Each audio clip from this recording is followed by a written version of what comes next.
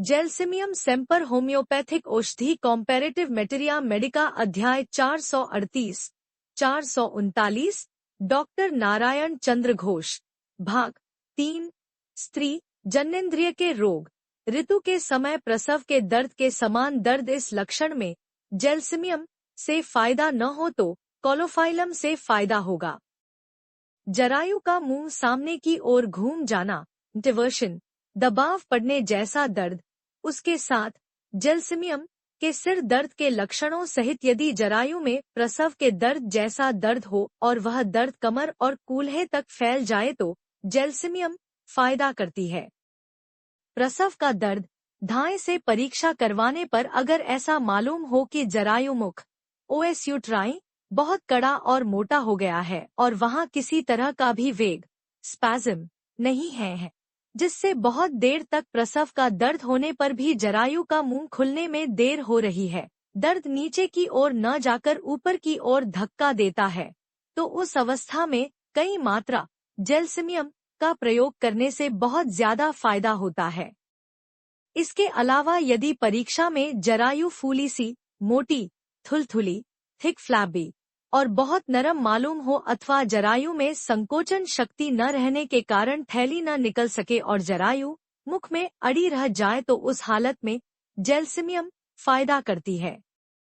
Belladonna में अत्यंत कष्टकर दर्द और जरायु का मुंह कड़ा रहता है, किंतु वहां वेग स्पैज्म रहता है।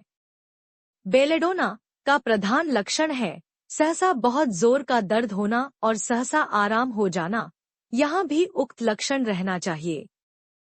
प्रसूति का टंकार, प्यूअर्प्रल कन्वल्शन, उक्त प्रकार के कुछ लक्षणों के साथ जच्चा अगर बेहोश और आच्छन्नसी पड़ी रहे तो पहली अवस्था में जेल्सिमियम फायदा करती है। बेलेडोना अध्याय देखिए।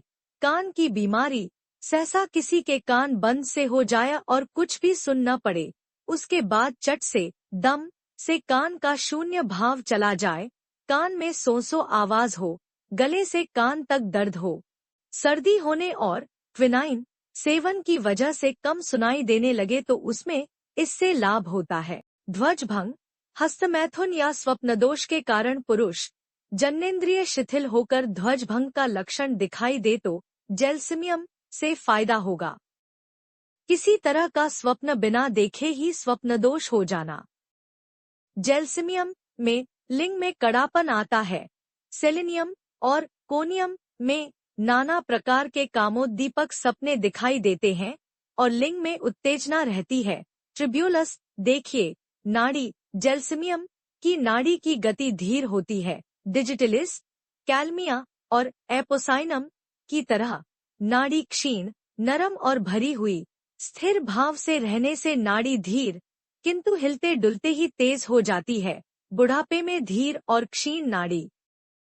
खसरा, जब खसरा के पूर्व लक्षण अर्थात तेज बुखार, आंखों से पानी गिरना, छींक, खांसी, सर्दी, सूखी घड़घड़ करने वाली खांसी, आंखों में पपड़ी जमना, चेहरा भारी और लाल इत्यादि लक्षण प्रकट होते हैं और साथ ही जेल्सिमियम के चरित्रगत लक्षण आच्छन्नता और चौंक पड़ना इत्यादि मौजूद रहते हैं। उस समय जेल्सिमियम का प्रयोग करने से बुखार घटकर गोटियां बाहर निकल आती हैं और साथ ही अन्यान्य उपसर्ग भी दूर हो जाते। क्रम 2x शक्ति। इसी पृष्ठ पर नीचे मेरे अनुभव प्रकरण देखिए। पल्सेटिला, खसरे का बुखार घटकर जब सर दी खांसी ज्यादा परिमाण में रहती है, नाक से पीले या सफेद रंग का गाढ़ा बलगम निकलता है, खांसी दिन में ढीली और रात में सूखी रहती है तथा कान में पीत्र और कुटकुटाहट अथवा अतिसार इत्यादि उपसर्ग रहते हैं, उस समय इससे बहुत फायदा होता है। ज्वर की प्रबल अवस्था में पल्सेटिला का व्यवहार मना है। सल्फर, एंटिमटाट और हिपर खसरे के बुखार के साथ या उसके बाद छाती में श्लेष्मा का लक्षण रहने पर लाभदायक है। इनके लक्षण देखिए। एकोनाइट और बेलेडोना आदि दवाएं भी खसरे के बुखार में दी जाती हैं और ये बुखार की पहली अवस्था की दवाएं हैं, किंतु एकोनाइट के लिए छटपटी, कातरता, बेचैनी, पसीना न आना और बेलेडोना के लिए बेचैनीशुदा बुखार बीच बीच में पसीना और सिरदर्द इत्यादि लक्षण रहना चाहिए। ज्वर, छोटे बच्चे और बालकों के स्वल्प विराम ज्वर में इस दवा से जैसा फायदा होता है, वैसा ही कम उम्र के रोगी, मूर्छा, वायुग्रस्ता स्त्रियों और स्नायुविक धातु वाले रोगियों के लिए भी यह दवा फायदेमंद है।